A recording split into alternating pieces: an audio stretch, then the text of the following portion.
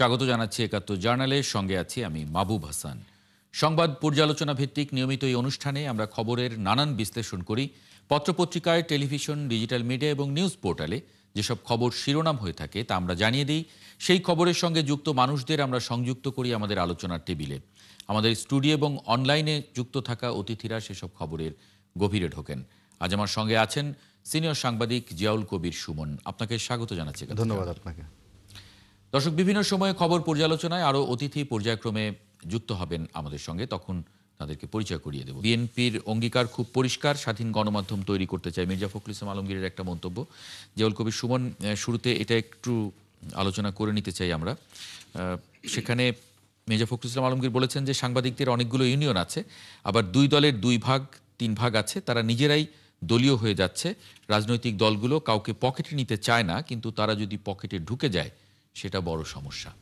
এটা আসলে সমস্যা। আপনি যখন সাংবাদিকতায় আসছেন, আমরা যখন সাংবাদিকতায় আসি, স্বাধীন সাংবাদিকতা বলতে আমরা যেটা বুঝি সেটা হচ্ছে কারোর প্রতি কোনো বায়াসনেস থাকবে না। আমরা ট্রু জার্নালিজমটা করব, যেটা ফ্যাক্ট সেটাই তুলে ধরবো। কিন্তু দেখা যায় আমরা যখন নেতৃত্বে চলে আসি বা নেতৃত্বে আসার দরকার হয় কেন? দরকার হয় আপনি যখন ফোকাসড হবেন, আপনি যখন আরেকটু আপনার কমিটির মধ্যে যখন আপনি লিডারশিপ যাবেন, আপনাকে বিভিন্ন লোকজন চিনবে, বিভিন্ন জায়গায় আপনি ইনভাইটেশন পাবেন, তখন আপনি বিভিন্ন গোষ্ঠী এবং রাজনৈতিক দল সবার একটা আকর্ষণের জায়গায় আপনি চলে যাবেন। তো সেটা গিয়ে সেটাকে আমরা আমাদের সাংবাদিক বন্ধুরা তারা এটা বিভিন্ন সময় বিভিন্নভাবে এবং রাজনৈতিক সেই আপনার প্রিভিলেজটা যখন নিতে যায় তখন তারা রাজনৈতিক দলের পকেটে নিজেরাই চলে যায়। উনি একেবারে মিথ্যে বলেননি, তার কথায় অনেক যুক্তি আছে। জি, একটু অতিথিতে যদি যুক্ত করে নেই। কৃষিবিদ শামীমুর রহমান শামীম, গবেষণা বিষয়ক সম্পাদক, কেন্দ্রীয় বিএনপি। ব্যারিস্টার সাজ্জাদ আলী চৌধুরী, আইনজীবী, বাংলাদেশ সুপ্রিম কোর্ট। ওনাদেরকে একটু যুক্ত করে নেই যদি। জি, শামীমুর রহমান শামীম, বিএনপি মহাসচিব যে কথাটা বলেছেন এটা যেমন সত্য, আবার এটাও সত্য যে মানে সরকারে থাকলে দলগুলো এক ধরনের রিয়াক্ট করে, আবার যখন সে সরকারে থাকে না, বিরোধী দলে থাকে, তখন সে স্বাধীন সাংবাদিকতার কথা বলে। আবার সরকারে থাকলে সমালোচনাটা সহ্য করতে পারে না, সেটা তারা বন্ধ করার চেষ্টা করে। সেই জায়গায় মানে বিএনপির অবস্থান কি? ধন্যবাদ আপনাকে। একটু আগে জিয়াউল কবির সুমন ভাই, আমার অত্যন্ত প্রিয় বড় ভাই, দীর্ঘদিন সাংবাদিকতায় কাজ করছেন, সহ যারা সংযুক্ত রয়েছেন, আপনি সহ দেশ বিদেশে দর্শক বৃন্দ, সবাইকে আমরা আন্তরিক শুভেচ্ছা এবং সালাম জানাচ্ছি। অত্যন্ত বাস্তব সত্য উপলব্ধি থেকে আমাদের দলের মহাসচিব সত্য কথাগুলো বলেছেন, জিয়াউল কবির সুমন সাহেব বলেছেন। দেখুন, একটু বিএনপি কিন্তু 31 দফা কর্মসূচিতে 12 নম্বরের দফা রাষ্ট্র কাঠামো মেরামতের মাধ্যমে একটি জনকল্যাণমূলক রাষ্ট্র ব্যবস্থা গড়ে তোলার জন্য 31 দফা কর্মসূচি, তার 12 নম্বরে রয়েছে মিডিয়া কমিশন গঠন করার একটা প্রতিশ্রুতি এবং রাজনৈতিক অঙ্গীকার।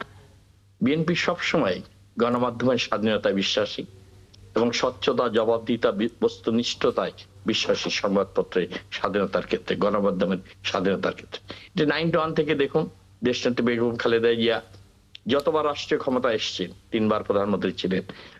সংবাদ প্রবর্তন ও গণমাধ্যমের স্বাধীনতা তার হাত দিয়েই, শহীদ রাষ্ট্রপতি জিয়া রহমান হাত ধরে যেমন বাংলাদেশে বহুদলীয় গণতন্ত্র প্রবর্তিত হয়েছে, পরবর্তীতে বিচার বিভাগ এবং সংবাদপত্র গণমাধ্যমের স্বাধীনতার জন্য যেভাবে কাজ করেছে, একইভাবে দেশনেত্রী বেগম খালেদা জিয়া সেই স্বাধীনতায় বিশ্বাসী ছিলেন। সেটা প্রমাণও রেখেছেন রাষ্ট্র পরিচালনায় বিএনপি সরকার 91 থেকে। বিএনপির হাত ধরেই গণমাধ্যমের স্বাধীনতা নিশ্চিত হয়েছে, সুদৃঢ় হয়েছে। বস্তুনিষ্ঠতা এবং গণমাধ্যমের স্বাধীনতা বিএনপি সবসময় বিশ্বাস করে, সেটাকে অবারিত করে দিয়েছে।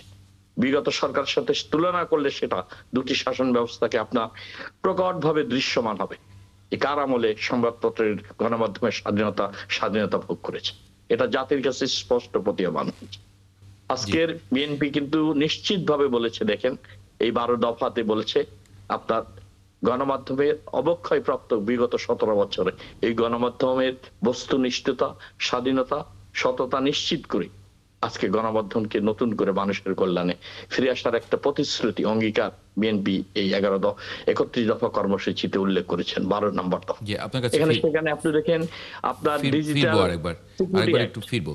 ব্যারিস্টার সাজ্জাদ আলী চৌধুরী, মানে আপনি কি এটা মনে করেন যে দায় আসলে শুধু মানে গণমাধ্যম কর্মীদেরই, নাকি এখানে রাজনৈতিক দলগুলো তার পকেটে রাখতে চায় আসলে নিজের সুবিধার জন্যই, যখন দলের বাইরে থাকে, সরকারের বাইরে থাকে? ধন্যবাদ একাত্তরকে, আর শুভেচ্ছা আমার সহ আলোচক এবং এবং সম্মানিত দর্শক যারা শুনছেন। আসলে এই কথাটার উত্তর দিতে হলে আমাকে একটু পেছনের দিকে তাকাতে হবে। সেটা হচ্ছে সংবাদপত্রের ইতিহাস আমাদের এই উপমহাদেশে এবং বাংলাদেশে বেশ পুরাতন এবং বেশ গভীর। যেমন বাংলাদেশে প্রথম সংবাদপত্র এই সাবকন্টিনেন্টে প্রকাশ পায় 1780 সালে, যার নাম ছিল হাইকি বেঙ্গল গেজেট নামে। এর পরবর্তীতে পাকিস্তান আমল থেকে শুরু করে বাংলাদেশ যখন স্বাধীন হয়, তারপরে এর পরিধি বাড়তে থাকে ক্রমান্বয়ে।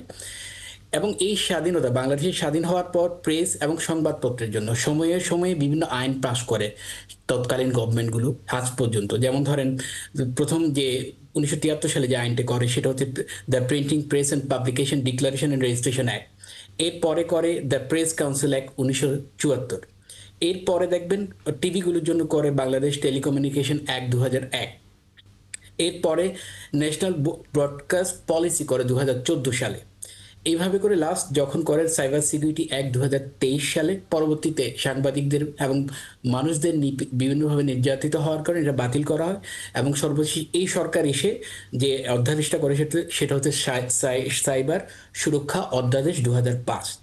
কিন্তু শুধু তার এই সংবাদপত্রের স্বাধীনতার জন্য আমাদের সংবিধানেও স্পেসিফিকলি আর্টিকেল 39B-তে স্পেসিফিকলি বলা আছে সংবাদপত্রের স্বাধীনতার ব্যাপারে। কিন্তু এত কিছু আইন থাকার পরও যখন কালক্রমে বা পর্যায়ক্রমে একটা শাসক শ্রেণী যখন শোষকে পরিণত হতে থাকে বা মানুষের কণ্ঠ রোধ করতে থাকে, সংবাদপত্রের স্বাধীনতাকে রোধ করতে চায়, তখন কিন্তু এই আইনগুলোকেই তারা ব্যবহার করে এই সংবাদপত্রের স্বাধীনতা ভুলুণ্ঠিত করার জন্য। শুধু তাই না, এটা শুরু হয়েছে বাংলাদেশ স্বাধীন হওয়ার পর 1974 সালে, যখন বাকশাল কায়েম হয়। এরপর যেই সরকারি আছে সেই সরকারি এই কাজটা করছে। হ্যাঁ, না শুধু তাই সেটাই না, তো বললাম যে last মানে সরকারে থাকলে তো এটা এটা করার, এইটাই, কিন্তু হ্যাঁ। কিন্তু এখন জিয়াউল কবির last সুমন, মানে যখন আমরা ফ্যাসিজম, যে ফিরবো latest আপনার কাছে, fascism ফিরবো yes, দুজনের কাছে ফিরবো। আসলে জিয়াউল কবির সুমন, গণমাধ্যম- আমরা তো দেখি যে ধরেন ডোনাল্ড ট্রাম্প, তিনি সিএনএন এর উপরে এত ক্ষিপ্ত, এতভাবে সিএনএন কে তিনি নানানভাবে আটকানোর চেষ্টা করেন ইত্যাদি, তারপরেও কিন্তু সিএনএন তার সাংবাদিকতাটা করে যেতে পারে। কেন পারে আসলে? তাদের গণমাধ্যমের সৌন্দর্যটাই এই জায়গায়, মানে গণমাধ্যমের স্বাধীনতা, তারা যেটা বলেন সেটা কিন্তু তারা ওন করেন। আমাদের হচ্ছে আমরা মুখে বলি, বাট আমরা অন্তরে ধারণ করি না। আমরা মনে করি যে আচ্ছা ঠিক আছে, গণমাধ্যমটা যাই কিছু হোক, এটার নিয়ন্ত্রণটা আমার থাকতে হবে। কারণ দিন শেষে আপনার মিডিয়া লাগবেই, আপনার প্রচারণা এগুলাতে আপনার লাগবে।